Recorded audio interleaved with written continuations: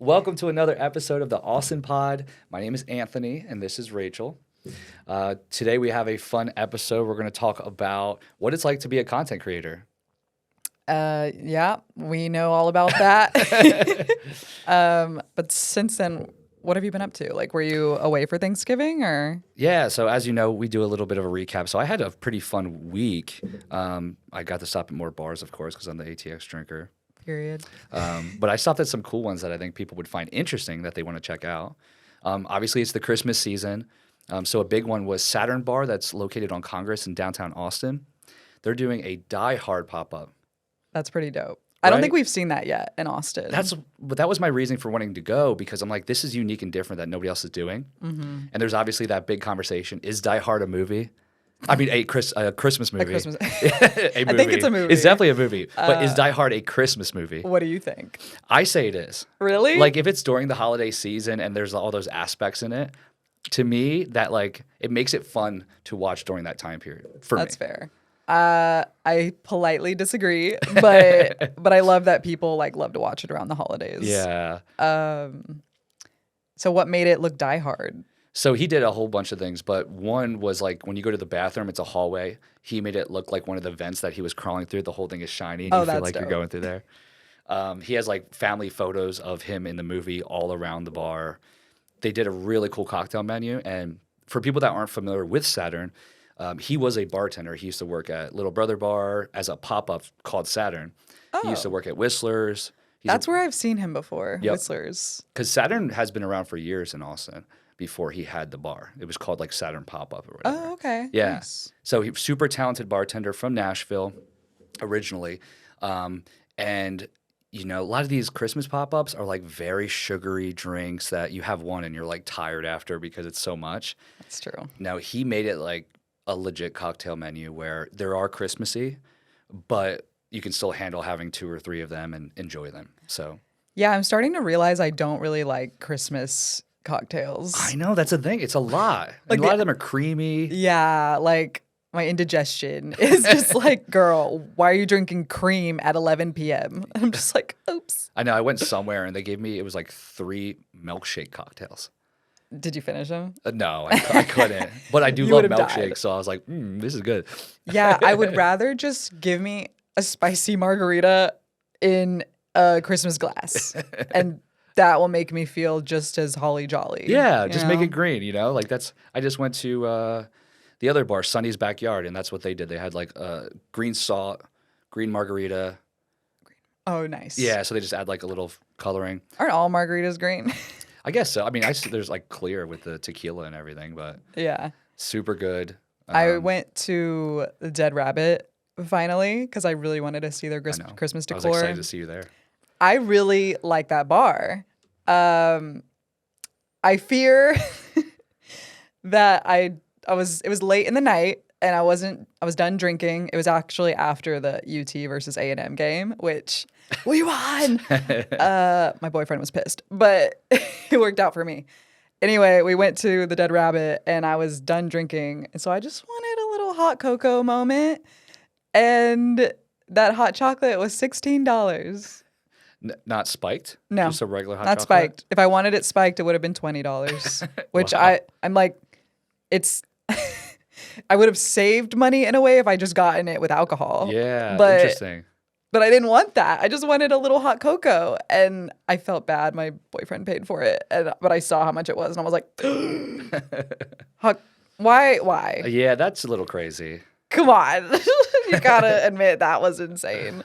But I don't want to jump past the fact that you did go to Dead Rabbit and you're saying you Yes, liked it. I did like it. So I would go back. Okay. I just would not do the hot cocoa thing. I tried my friend's espresso martini and it was really good.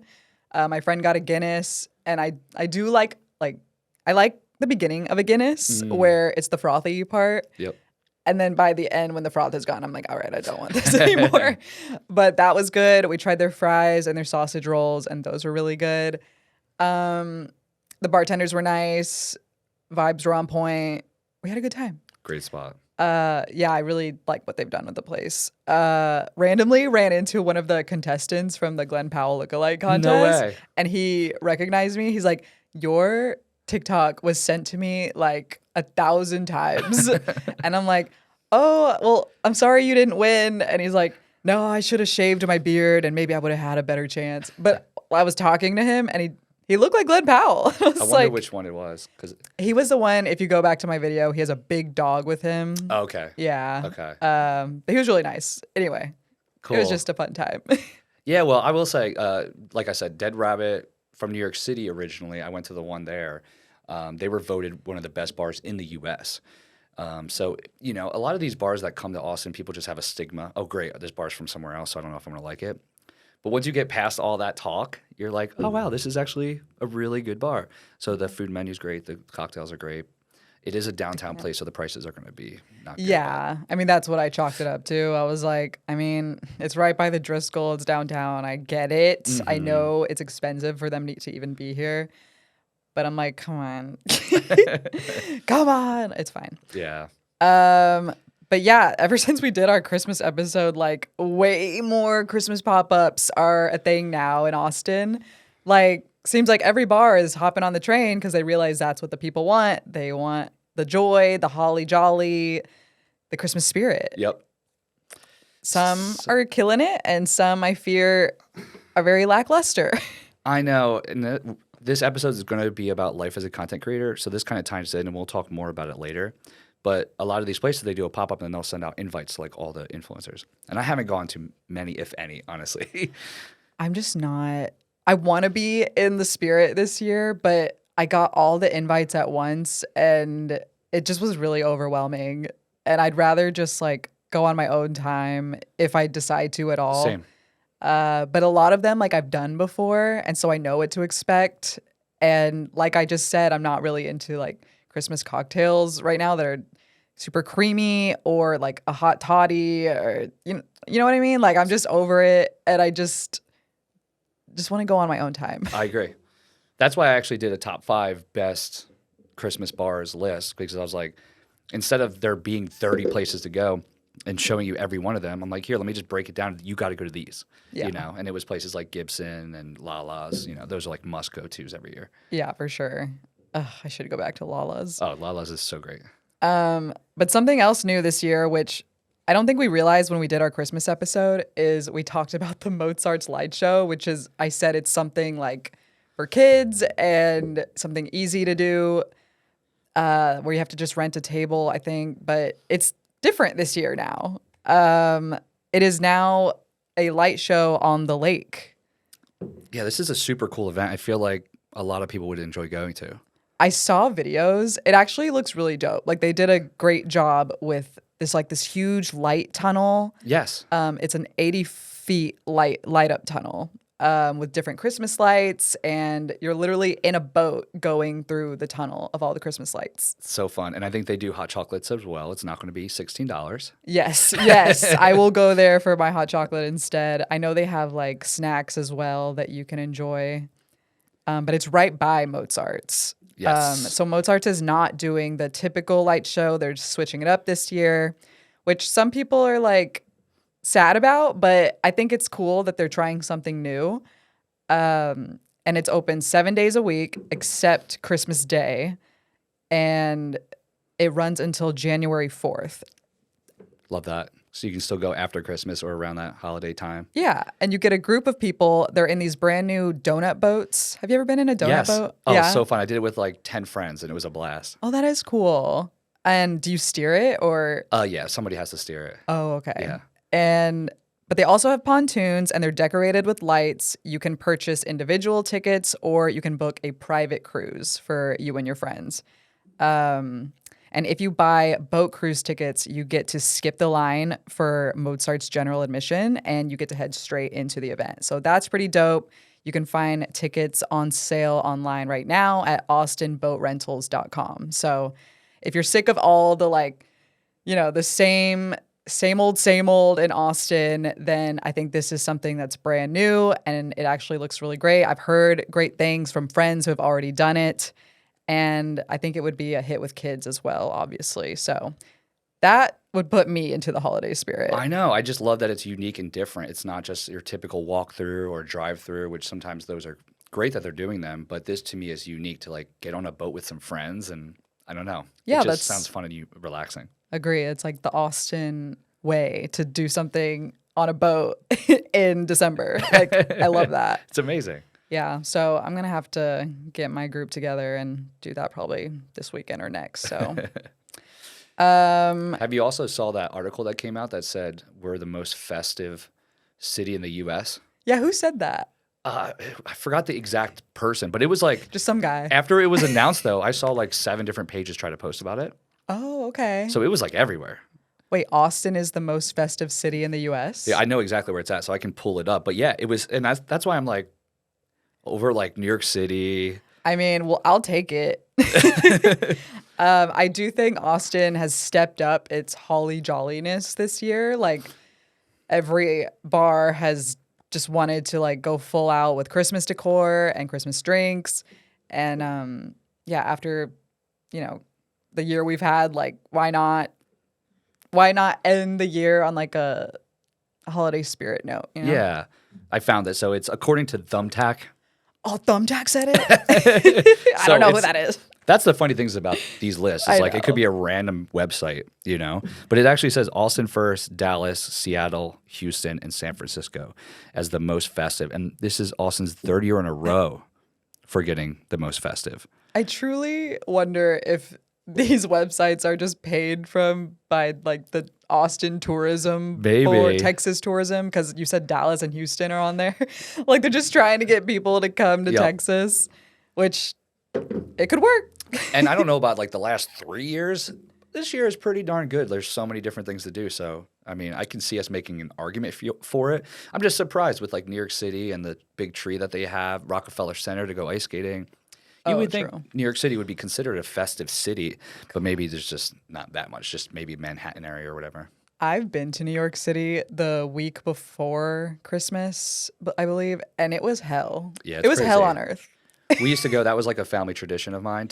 Our family would go have like a nice Italian dinner in the city and then go to see the tree and walk around.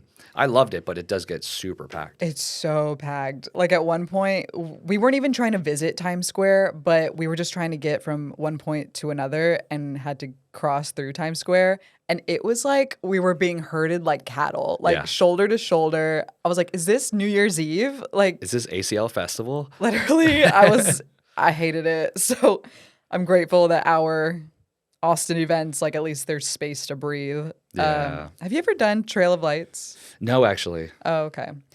It used to be a drive-through, like during the COVID times.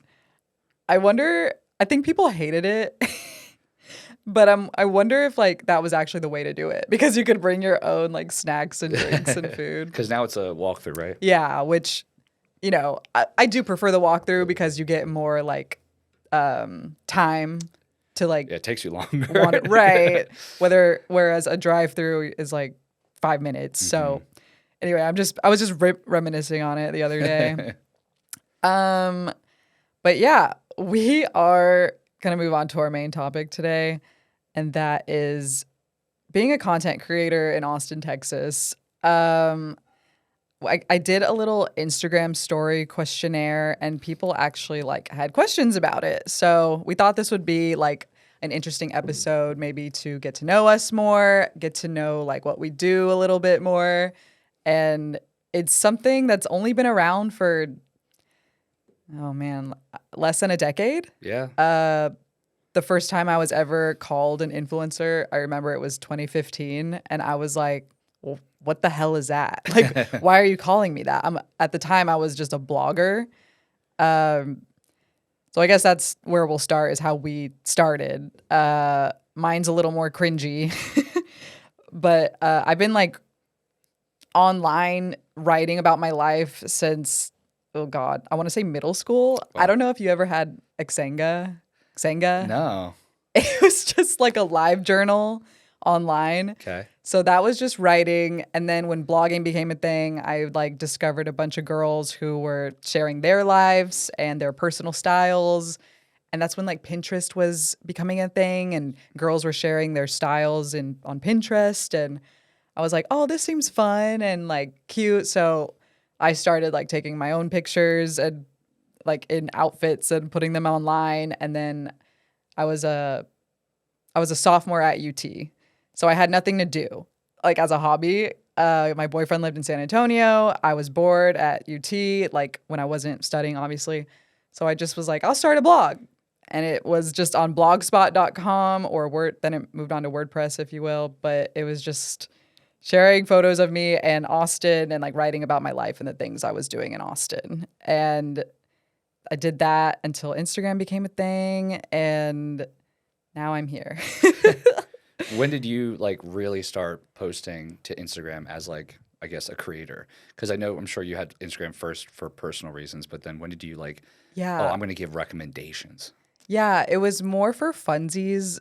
I think I created an Instagram 2012 and it was for funsies up until 2014, 15 when I started like posting, and that was after I graduated from UT, where I was posting photos around Austin and things to do because I myself kind of felt like a newbie to Austin after I graduated because I was doing things that I wasn't able to do when I was under the age of 21 and a student, so I didn't have money.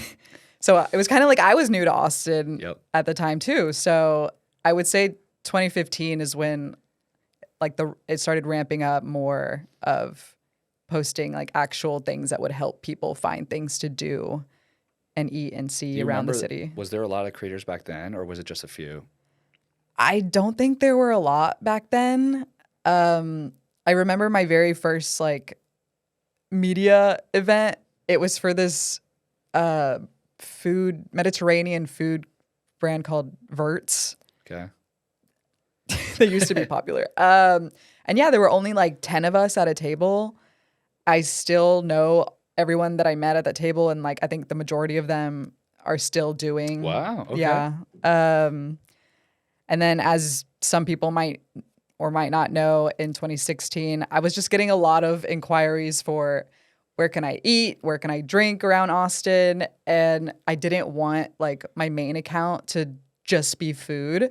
So I decided to create a second Instagram account, which either was a smart decision or a weird decision, I don't know. But I made 512 Bites, and that became its own thing where I literally only share food and drink recs on there, and you won't see much of that on my Rachel Laley account. So yeah, and then 2020 is I think where a lot of people got started for TikTok.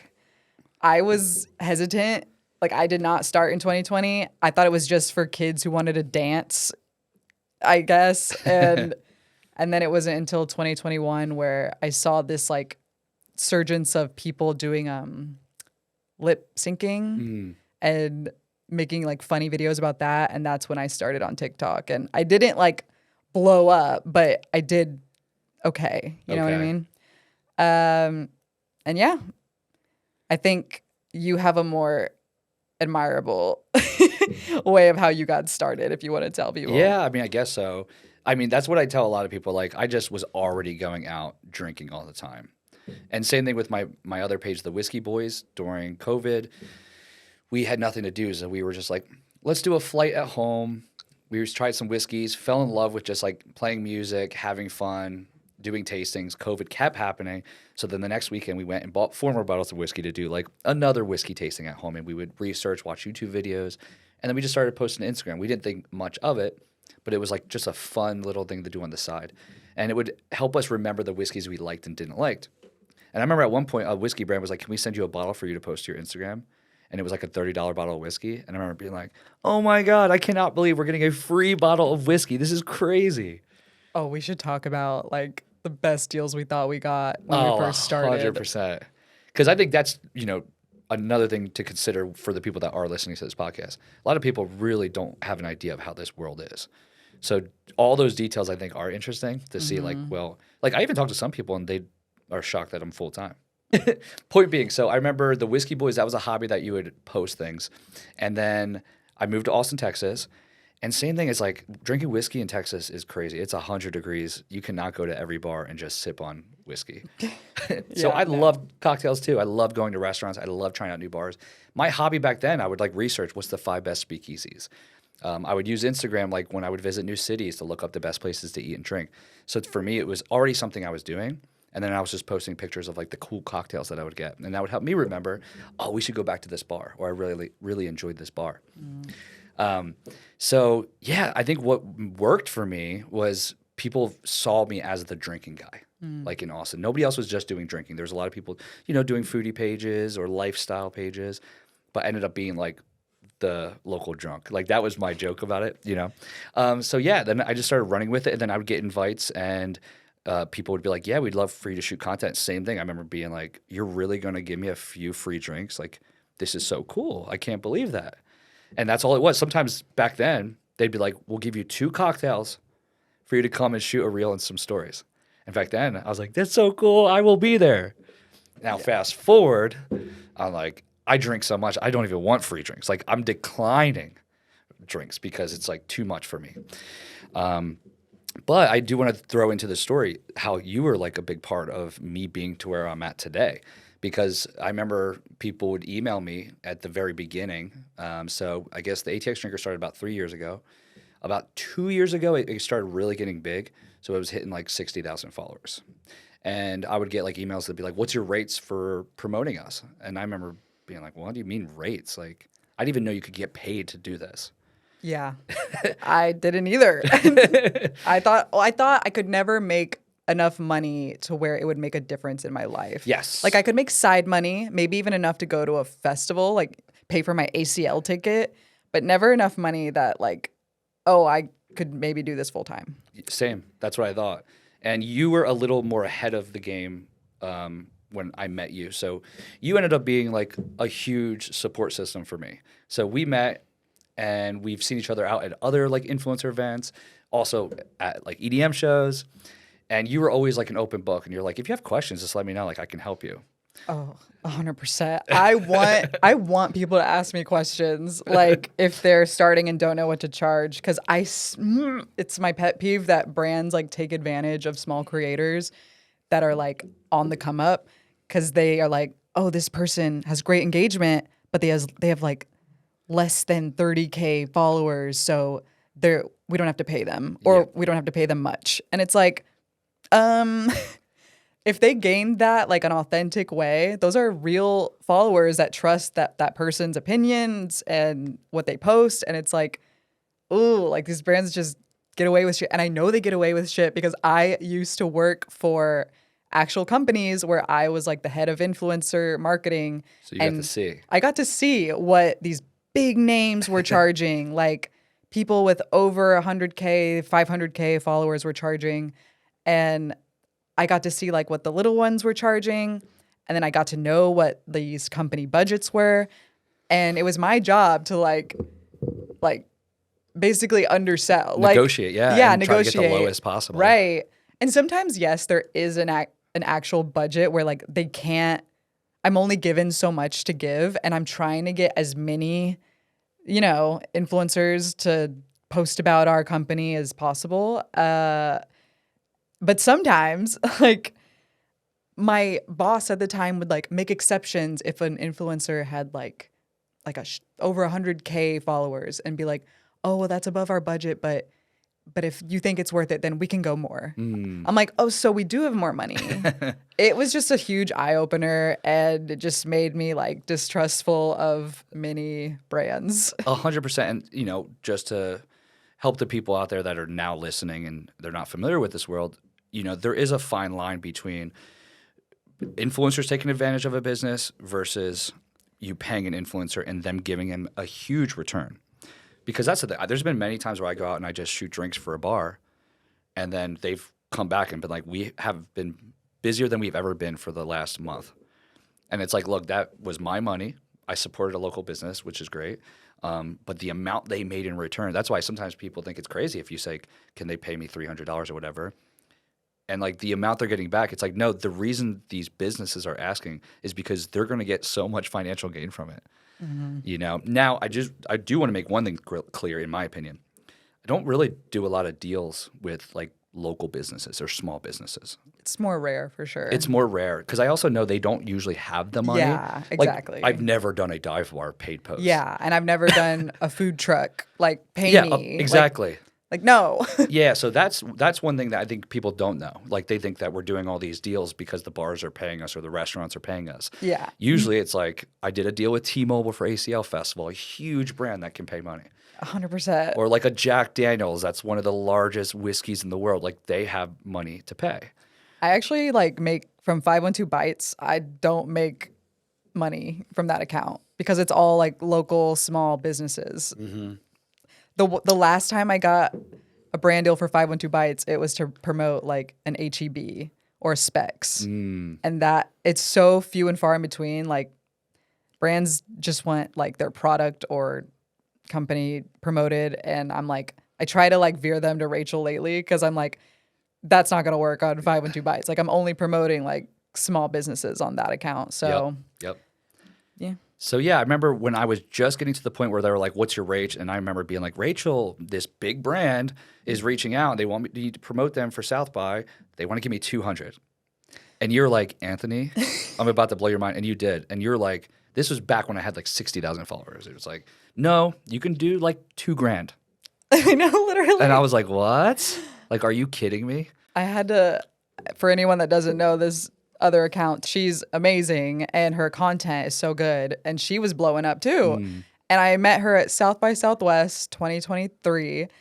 And we got the same exact deal from this big ass company who created Pokemon Go. Whoa. They had money. And I think I got like, I had like a 10K deal with them. And she accepted like, I don't know, 1,500. And she had more followers than me and great engagement. And I was like, hey, girl, like, you need to raise your prices, like times them by like 5 or 10. I don't know. I don't know what she charges now, but I hope I, you know, expanded her horizons. Yep. So that's a big thing is like a lot of creators just don't know their worth. And these big brands have these budgets, you know, they might have like a marketing department or a team or whatever that they'll be like, all right, guys, we have 300K. How can we spread this out amongst influencers? And that's all they're going to do is they're going to try to negotiate as much as they can to do the promotion. Yeah. I feel bad because sometimes I'll have creators who have like between 5K and 10K followers and they don't know what to charge. Because when I had that many, it was 2015 and I was probably asking for like $200. But now I'm like, I think if your engagement is good, then you should be charging more than that. Like think about everything that goes into the content you're creating. Like, do you have like a monthly software thing that you pay for, like with your video editing? Because I know I do. You have to drive to the location. That's gas money. You have to like spend your actual time there, like filming. You're not really having fun either because you're like so concerned That's to a get. big thing. Yeah. It's like not always so fun. Like you're so concerned to do a good job for the restaurant or the brand, and getting the best shots and all that. And then it doesn't end after you get all the content. Then you got to go home. You've got to edit. And editing takes me on average maybe like 2 hours. Yes. And that's if I really like lock in and focus. And yeah, and then you got to like engage it. How long did it take you to like grow that following as well? Like these people like trust your opinion and all of this people just don't consider when they're like, hey, we want you to come in, eat a free meal. And in exchange for 2 reels. And I'm just like you think I'm so worth nothing that a free meal is just fine, which again, this does not apply to like local food trucks and coffee shops and bars. You know what I mean? Yeah, we do those places because we want to. Those are places we want to try. And like, but if I'll get somebody that's 45 minutes away and be like, do you want to drive out and spend, the gas, everything, So people don't see the other side of it. And you're right. Like the amount of time it took to build a following, have a trustworthy opinion. It also annoys me that you don't like tell a photographer or videographer like, oh, I'll give you $200 to come shoot my food. Like they would be like, here's my rate. You either can afford me or you can't. Yeah. But in this content creator world, it's a lot of the brand or restaurant or whatever will be like, well, how about this? And they'll offer you like either pennies or half of what you just said. And it's up to the, the influencer content creator to decide if it's worth it or Sure. not. But sometimes it's insulting. like Well, that's what I said. Like, if you ask me to do something and I'm going to financially benefit you and you're going to be rolling around in money, I'm talking about big brands, not just like a small bar or whatever, but you're going to be rolling around in money and you're just going to be like, thanks, buddy. I'm just like, okay, for example, ABBA. This is a big restaurant. You have another location in Chicago. I know you have money, but they were like, we're going to give you this spread of appetizers in exchange for you to post about us on your Instagram. And I'm like, I don't need your free appetizers. I've been to ABBA. I've posted about y'all before on my own. I've seen you do that, yeah. Yeah. It's like, so this is just to help promote your new appetizer menu. And I'm like, cool, is there like a budget for this ad promotion? And they're like, no, it's just for the food. And I'm like, then I'm good. Yeah. I can go on my own and afford it myself. Exactly. And like this gets you me said, heated. yeah, we could talk about this part for hours. But like you said before, I agree. And I'm at the point now financially where I can pay for my own stuff. So if I want to go out and just eat some appetizers, I want to be able to relax with my friends. I don't want to have to, make sure I get the good shots. I hope this reel performs well, all this stuff. I'd rather just enjoy myself. Right. So that's a really good point. And I'm more willing to accept like these invites if they don't say you have to post. Just I think come that's a and enjoy big yourself, yeah. big pro tip for small businesses, no matter what your business is. It doesn't even have to be a restaurant or a bar. No matter what your business is, if you can't afford, influencer marketing, just say like, hey, would love to have you out to my restaurant. No expectations, would just love for you to try it and, treat you. And if the influencer feels inclined, then they will go. And if they have a good time, a good experience, they will post about you. Like, we're not assholes. I feel like it's common sense to not be like, yeah, you can come into the restaurant, but you have to post this amount of stories, this video. You can't say this about us. Nothing negative. Like, I'm like, I can't do that. Yep. Like, then it becomes more of an ad, and that's ridiculous. That's the other factor too, is just keeping it genuine, doing it because we wanted to go and all that stuff. So yeah, and I feel like we have a direct effect on businesses, like showing them and getting their name out there, showing like there's an actual art that goes into like showing a space and how the consumer can enjoy this space and the food we recommend, the drinks we recommend.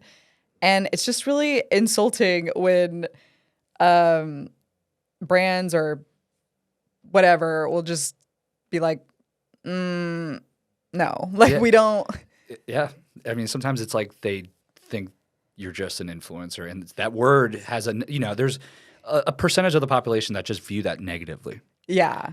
But like I said, if there's a legit return, because I hate that too when I see businesses bring in influencers that have fake followings. Right. Or have terrible engagement and they just think that it's going to help them and the business got nothing in return. Yeah. That is annoying. That's like a different thing, right? But with us, when we know for a fact they're going to get a lot of business from it and you're going to treat us like, I think businesses should be more diligent about looking into a creator's actual following because like I'm an ambassador for a fitness studio here in Austin, and another ambassador they have has like close to 500K plus followers, like way more than me. But they told me I have brought them in more business, and I'm like, yeah, that's because my whole following is in Austin. Mm-hmm. This girl, I say that all the time. Like, I'm not saying her whatever is fake, but maybe she has followers from all over the US Exactly. who aren't going to go to your like local studio here. That's a big thing. That's why I love staying in my niche, and I'm like, I just do Austin. Yeah. People ask me, they're like, do you want to start posting bars that are 3 hours away in Texas? I'm like, no, that's not going to help me. I want my people to be from here. Yeah. Texas creators that show things to do all around Texas, I commend them because that is way more work. I do not want to be doing that. Yeah, I love my little Austin bubble, and that's what you're going to get from me. So if you're an Austin local business and you're trying to get your, whatever scene in front of Austin locals, like we are the people They're to the go right to. people, yep. Yeah, let's hit some other questions. What advice would you give to micro influencers just starting out? Oh, that was literally the next thing I wanted to talk about. Because, as somebody like myself, when I got into this full time, I was 32. So I think to just be a regular guy who's older, you have to know what you're doing to grow and be successful. I'm not just like a pretty young person. I have to have other aspects. And some of those aspects that I think are consistency and hard work. So, I see some great pages. They'll like pop up and I'm like, oh, this is awesome. And then I check and it says they haven't posted in like 3 months. Or they would post like every other week. And if your goal really is to be full time, I would say you got to post at least 5 times a week. Some people do every day. Some people do multiple times a day. So if it's just a hobby, sure. And that's how I got into it as a hobby. Like I think part of it, you have to just fall in love with doing it. Like I love creating content. It's fun for me. Yeah. But when I look back at like how I was able to have this steady growth, it's because every day that's what I'm doing. Like if there's a day that goes by and I didn't post the day before, I'm now like, I got to get something out tomorrow. Yeah. So stay consistent. Don't give up. Keep pushing it. Just make a ton of content too, because the more content you make, you're actually going to get better at editing. You're going to get better at like knowing the angles to shoot things, at telling your story. But most people get like paralysis because they just freeze and they're like, well, I want to start a vlog or I want to start a page, and then they never do it. And it's like, dive in and you're just going to get so much better over time by doing it more and more. That's literally me when it comes to YouTube. Like that is so scary to me. And yeah, I finally started it and I posted my first vlog. It took 10 hours for me to edit that video, Anthony. I wanted to warn you about that part of it. I was like, this sucks. And then look what can happen. So like the hard work aspect is going to come in because you might be like, when do I want to do another vlog now? Yeah. Well, yeah, it's just way more work for little return. And I feel like I'm back in as a UT sophomore starting a blog from scratch where nobody cares. It's intimidating, but you're right. Like consistency is key. So I've just got to try to keep at it. And there's a bunch of like free education on YouTube as well. Yeah, that's what I'm trying to get better at is like, I remind myself now that we're full time that I'm my own boss. So I can make my own schedule. But remember when I worked a 9 to 5, they had learnings part of the day, right? Like, so I need to start making my day like maybe 9 to 10 is checking emails. Maybe 10 to 11, I'll make it like a learning session where I prioritize learning new edit skills or things like that. I should do that. Right. I suck at time management. I'm very same. like, oh shit, I haven't posted in 2 days. Like, I got to get something out right now. I check emails at midnight before I fall asleep. Like I'll do things 24 hours a day. Yeah. Yeah. Somebody asked a relevant question. They were like, how do you get a break or disconnect while being a content creator if you're full time? Do you want to take that? I mean, that's a big thing for me, but I would love to hear your opinion since I kind of answered the last question. There's not a lot of disconnect. But when I am with my friends who are not content creators, that's, I think, when I can the most feel at ease. Like, for example, this weekend, we're going to culinary dropout for a friend's birthday, and I have no desire to film a reel for them, post about it. So I'm going to just be in the moment, enjoy myself with my friends. But then after that, we're going to a rage room. And I'm like, oh, this is something that people will like care about doing. So I do plan to like shoot some video. But because I'm like also going to be doing it and having fun, it's like I'm able to do both. I'm pretty good at like quickly getting what I need and then putting my phone in my pocket and enjoying myself. So yeah. And this is why I also like traveling and festivals, because that's when I really put my phone away. Yeah. And just live in the moment. Because, yeah, no one cares for me to vlog or post about my trip to Charleston, South Carolina. You know what I mean? Mm-hmm. Like, so. I know that was a big thing with my friends. When they like originally met me, now we've been friends for a couple years now, but they're like, I thought you'd be on your phone more often. I'm like, because this isn't the time for that. Yeah, like, I'm with you guys right now, you know? Even at media events, I'm glad I've met some other influencers who are able to like get what we need quickly and then just enjoy ourselves, have a conversation. But I have met people who, like, even after we're shooting, they were just on their phone. Like, I think they were already editing. I think because they wanted to be like the first person to post about sure. it. And I'm just like, that is so annoying. I've already gave you my venting stories about, like, no joke, 50% of influencers I'm friends with. I think that was one of the questions you posted. They were like, are all influencers friends with each other in the Oh, in yeah. the Do you creator all world? get along? And me, I approach every relationship as like, I'm going to view it positively in the beginning. Like, I'm open to us being friends. For sure. Unless something happens that now I view you negatively. Yeah. And like, if I see you online talking shit about other creators, I'm not going to like you. Or Yeah. if I hear you talking shit about me specifically, like a big thing in the creator world, and I hate that. I think I'm sure you could relate this to any job, but it's just people hating on others for being successful. And I've noticed that with my page. Like in the beginning, people were like, "Yo, super dope! Like you're the cocktail guy, you're posting it." And then my page like went off, and once it broke like 100,000, I could feel the tone just change, and they didn't like me anymore because they Oh, felt like I was competition now. that is such a real thing. Like, I can tell when someone like goes from liking my posts and then suddenly they're just like, no, Yep. I'm just stopped. Yep. Don't like it anymore. And I'm like, I can tell because we used to be cool. And then 512 bites, like as soon as I passed 100K mark, people like started treating me differently. Like, I'm just like, okay, sorry that I worked hard to like get to this number. But that's my problem with it is like I'm all about abundance, which is there's enough for all of us. You're not gonna like just take some of the pie and then there's not any for me. And we work together. And this podcast is an exact example of that. You and me, you helped me with stuff. I've helped you with some things. And we became friends over time. We both want to grow each other's pages. I love promoting you. And then we were like, should we do it? We should do a podcast together because I feel like we have a lot to talk about. We both love Austin, Texas. Sure. And now look, like this podcast is going to grow into be something special because we work together. I agree. Yeah, I'm definitely like open to helping any creator, big or small. Like, I I do like that about the Austin creator community. We don't have like as many compared to LA and New York City. Like, For sure. I feel like there are people in those cities that don't ever talk to each other or cross paths. But Austin is a small city, so I've gotten to know like most of the creators here. And if I haven't, I feel like it's gonna happen eventually. I'm just in my little hermit crab era with media invites for a moment, but yeah, like you said, open to meeting everyone. I do agree that like it's not a finite amount of like success. There's so much for everybody. Yeah, it's ridiculous. Like my best example I can give you, it's more with the Whiskey Boys, but I did an event with Angel's Envy downtown Austin where people can come and do samplings of Angel's Envy.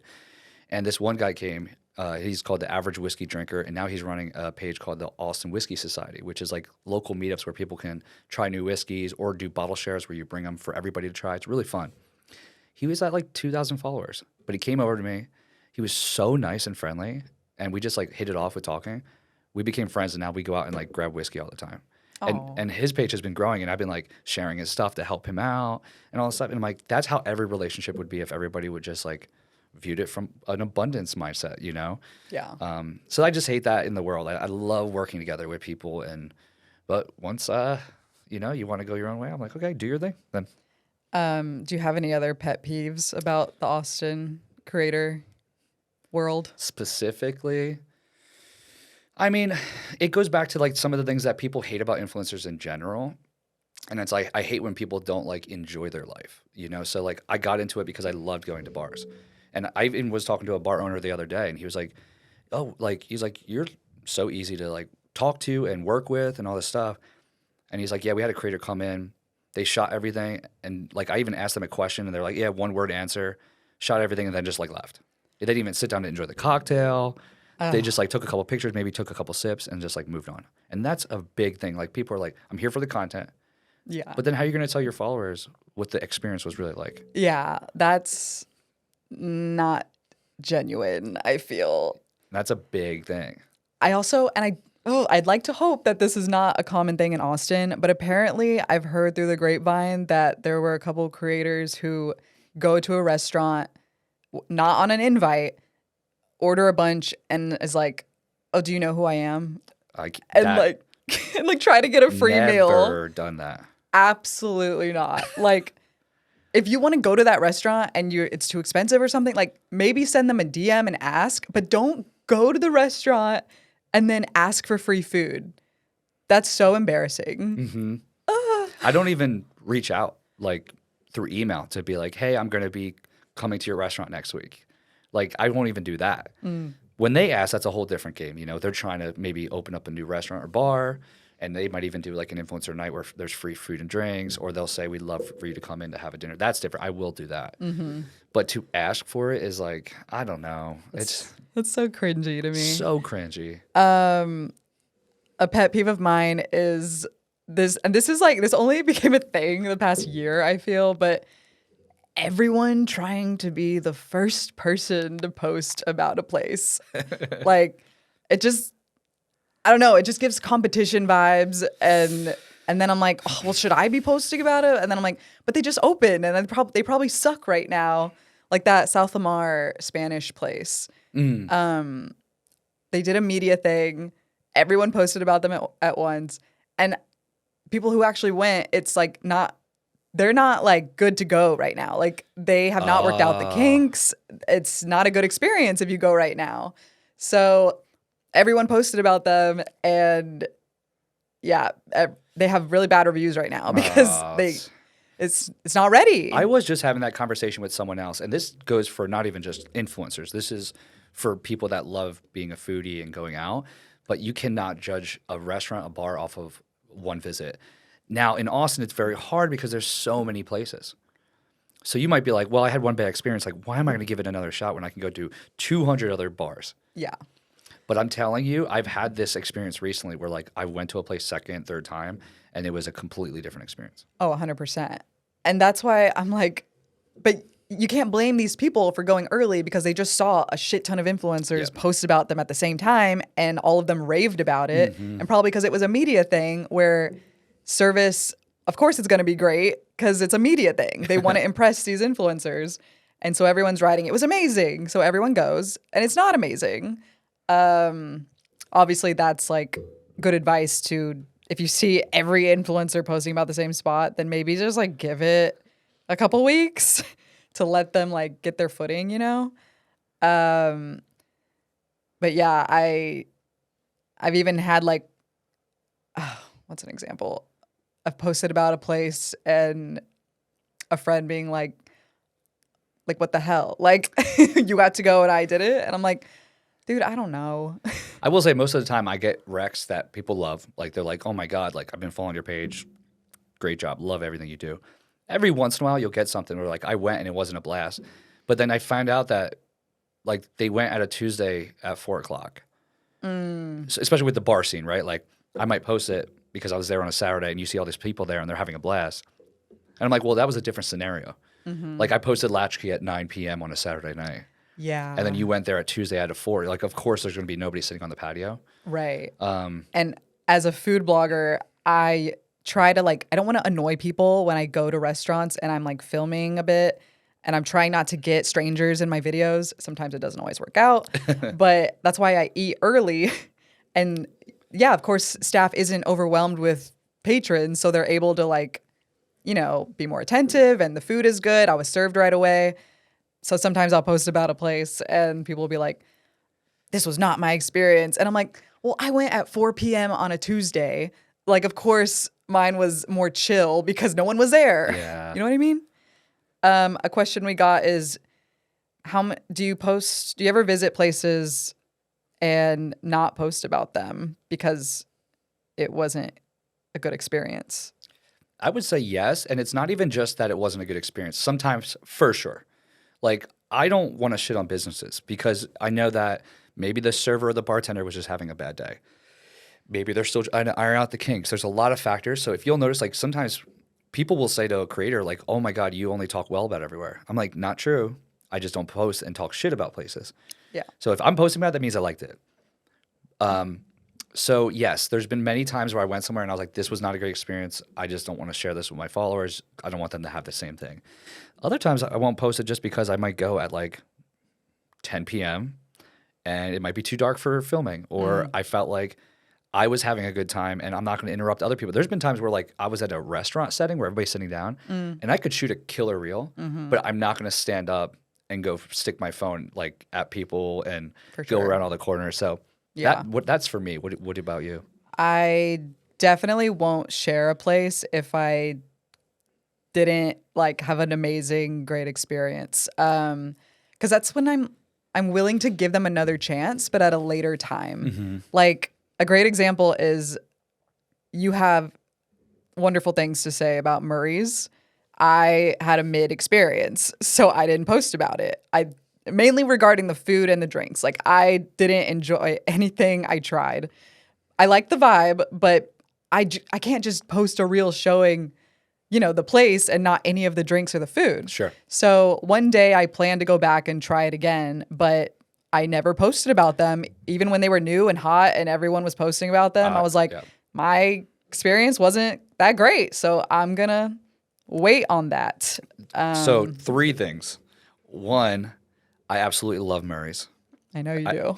I think they're like fantastic. They're like New York City pub. So if you like that thing, Great vibes. great vibes. I went back and had dinner the other night. They have a prime rib that's insane. They have a steak tartare that is so delicious. So the other 2 things though, the owner is the same owner of Nickel City. I was on vacation with him on a brand trip for the Florida Cognac. Yeah. He brought that up. He was like, "Oh, I love Rachel." He was like, "She came and said she didn't like the food, and I respect that." Oh, you never told me this. I know. I just never came up with a conversation. Damn. I eventually want him to be one of the people to come on the podcast. That would be cool. Yeah, because he is such a cool, down to earth person. I swear, when I travel every city, people know his name. Oh, wow. He was such an industry guy. He's helped other people open up bars. He's just a fun person to go out with. And yeah, so he's like, I respect that. And he's known you post other stuff. Like you've done Nickel City for him Yeah, before. He's love part Nickel owner City. in Swim Club. There's something else that they own as well that I love. Is it Juniper? I think so. I know Anyway. he like will help invest, and he's big at making sure the place is successful. Right. So he's really good at that. Right. So I'm not going to shit on a business just because if other people enjoyed it, that doesn't mean it's a shitty business, or shitty food. It's just my experience was different. And so I'll say things like, I'm very particular about wording. I'll be like, the food wasn't for me this time, but I would love to like give them another try another time. That was going to be my 3rd thing. So this is a great example of another try. I mean, I'm not saying for you particularly, but maybe somebody else if they didn't have that opportunity. Murray's was one that went and opened like crazy. Also, keep an eye on their page because they do like smoked meats events on their back patio. It's called Half Moon, and I love it. Like you have to go. I think it's one Sunday every month, so keep an eye out when it is. It was so vibey. Everybody's outside like noontime on a Sunday, grabbing cocktails. There's somebody smoking meats off to the side. They're playing good music. It was such a good time, but it's a rare event, so you have to keep an eye on their page so you know when that event's going to happen. And everybody there was like so impressed by it, but it only happens every once in a while. That's the only downfall. Damn. Love it. Someone wants to know what all that food and all those drinks. There's no way. Like, what do you do? There's no way you eat all that, or there's no way you drink all those. So, what's the deal? So like, if you asked me 2 years ago, I'd say it's my goal to be like a successful creator. How do I keep building my page? All this stuff. Now, if you ask me, my biggest issue or challenge with my life is how do I not overly drink? Like, because now my health is being a factor. So right now I'm trying to figure that out. I'm in the middle of it. I'm not currently, like, I don't currently have it figured out. But long term, I want to be able to say, I'll just do mocktails while I shoot content. Right now I try to take breaks. So I'll try to do like 3 or 4 days a week, maybe sometimes 5. But 90% of the time, I'm drinking like 4 or 5 times a week. But like, what if you go to a bar and they just give you 5 drinks? Are you finishing them all? Usually I have Kelsey with me, so she'll help me finish them all. But what if you don't like it? Oh, if I don't like it, I won't finish it. Fair. Like, I did go somewhere and it was good, but they gave us 3 boozy milkshakes. Yeah. And I couldn't do that. Yeah, it's a lot. It's just too much. So what about you? I think I wanted to say my part first because I think I'm a little worse with it. I will drink a lot. Like, there's times where I'm like, screw it. Like, there's half a drink here. I can just shoot that back. But I think you're better with that, right? You don't go crazy with overindulging? I definitely like I'm ordering to just like enough for just two people, but sometimes they want like a bunch of things shown, and I'm like, sometimes I wish they would let me bring a group of people if they're gonna do that because Yes. then everything would get eaten. But I am the queen of leftovers. My dad raised me to like, never like leave food, That's just how I grew up. A lot of my friends hate leftovers, but I'm the leftover queen. So anything that doesn't get eaten, I will take it home. And literally today and yesterday, my leftovers are, or my lunch are leftovers from a media visit I did a few nights ago. So yeah, food does not get left on the table with me. It's going home with me. Thankfully, I have a boyfriend who loves to eat too. So yeah. I have a girlfriend that loves to drink too. There you go. I will throw this out there, and this is good for other content creators, in my opinion. One thing that I do, especially with bars, I go in and I go, what do you want me to show off? I don't go, what's your menu? And I'm going to order an old fashioned, or that's like one of my favorite drinks, or a New York Right. sour. I'm like, tell me, like, one, what looks cool, because I think that'll help the video perform well. And I genuinely want to help push your business. But two, like, is there something that's important to you that you want me to show off? Give me that. I'll take it. Like, even if I'm not the biggest gin person, I'm like, sure, if that's what you want me to show off, that's what I'll take today. Yeah, I definitely ask the restaurant, what are your popular items? What do customers say they love the most? Because those are what I want to try, because then I can also recommend them. And then people are going to want to come in and get them. And it's just a cycle of goodness. I guess we answered most of these. I feel like we could probably do a ton of them too. Have you ever given a bad review? On Google. Oh, really? Yeah. So I haven't outright, but there's only like, I can think of two places off the top of my head where I couldn't, usually I can find one thing nice to say about a place, but this place or these two places, the experience was just so bad. I was like, I cannot share this. Like if it was so bad, I literally will not tell my followers about it. And I will message, if it was an invite, I will message the PR person like, I'm so sorry. This happened. This was not good. This was cold. This came out raw. Like some stuff like that happened. But even if it's like an experience, not to bring up Murray's again, but like where I didn't like something, but I liked something else, then I'll try to focus on the positives. For sure. I actually have a rule with Google reviews because I've noticed that people in general only give bad reviews. Like when something bad happens, they're not as quick to give a good review.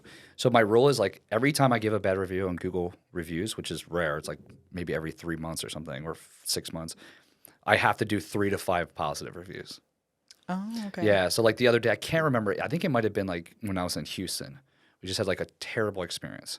So I just gave them like 1 star or 2 stars or something like that. And then I was like, okay, now where have I been that I loved?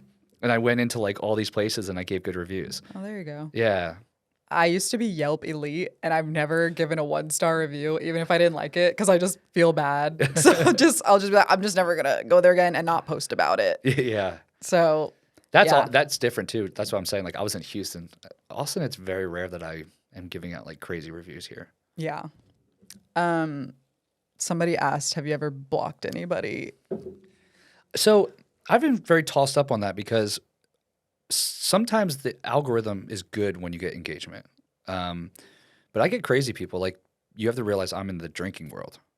So I get dudes that are just dive bar regulars and they're just mad and you can find out like, I remember this one guy was being crazy on my page and his thread. So I clicked on his threads and I looked at the replies and they were all like attacking people and going crazy. So I'm like, oh, cool. That made me feel good. You're not just doing it to me. You're just a crazy person.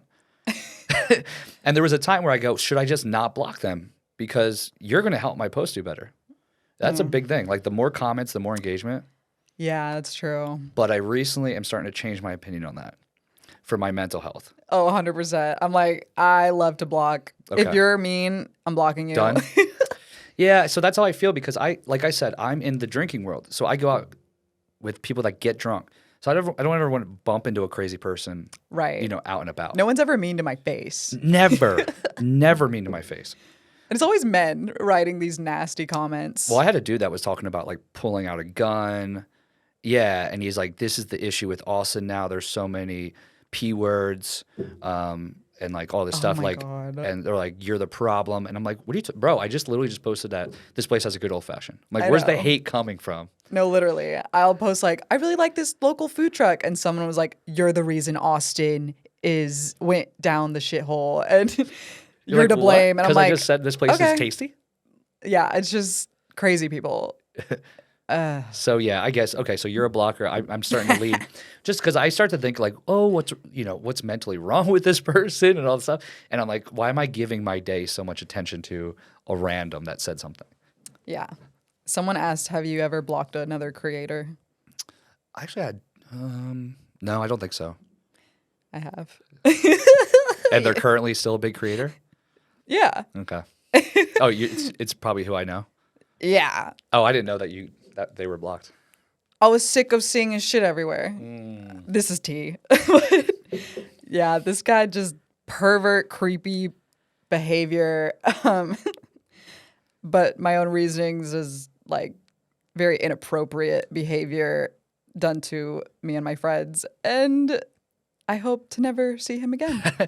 Well, that's a big thing. A lot of times we get to see these people out and about, and I've met some where I was like, oh, you're fake. Because online you'll be like, hey, everybody, today I'm here. And then you see them in person, they're like, Oh my gosh. quiet or don't talk. And they're like, wait, you act like you're a fun time online. It's so true, y'all. Like, people online are not always how they are in real life. It's crazy. I mean, this podcast probably gives people a sense, but we are who we are. Like, I feel like that's probably why I like you as a friend, because you're literally who you are online. And that's what people say to me. They're like, oh, like, you're that guy. They're like, yeah, this is me. Yeah, I once had a food truck be like, oh, you look like how you present yourself on Instagram, like without all the filters. I'm like, yeah, this is my face. That's so funny. But yeah, no, that's a big thing is people trying to act like there's somebody else. And that might go back to the tips, right? Like, be consistent, do this stuff, but be genuine. Like, if you're going to grow, you want it to be because people like you for who you are. Yeah, just be a nice person. Just too. be a nice person. Like, maybe if you're a creator, don't shit on other creators. Don't go on Threads, because I've been seeing that a lot by other creators. Oh my God, some people are such pick-me's. I'm going off now, but Yeah. Next episode, we're going to name the 5 people we hate. No, I'm kidding. No, I don't hate anyone, but sometimes Exactly. people are such pick-me's that I'm like, can we all just get along? Like, is it really that deep? Yeah. We're on Instagram, for God's sakes. And this concludes the episode. I'm like getting God. pissed. But we actually do have to wrap it up. It's 2 p.m. Thank y'all so much for watching this week's episode of the Austin Pod. Please subscribe on YouTube, like this video, Yes. give us a review on Spotify and Apple Podcasts. It really helps us. And God, was this episode 21? I think so. Yeah. Or 20. If you're new here, we love you. If you've been here since the beginning, you're a real one. I can't believe we made it this far. And yeah, we will catch y'all on the next one. So thanks for tuning in. Yeah, thank you so much, guys. Can't wait. Bye.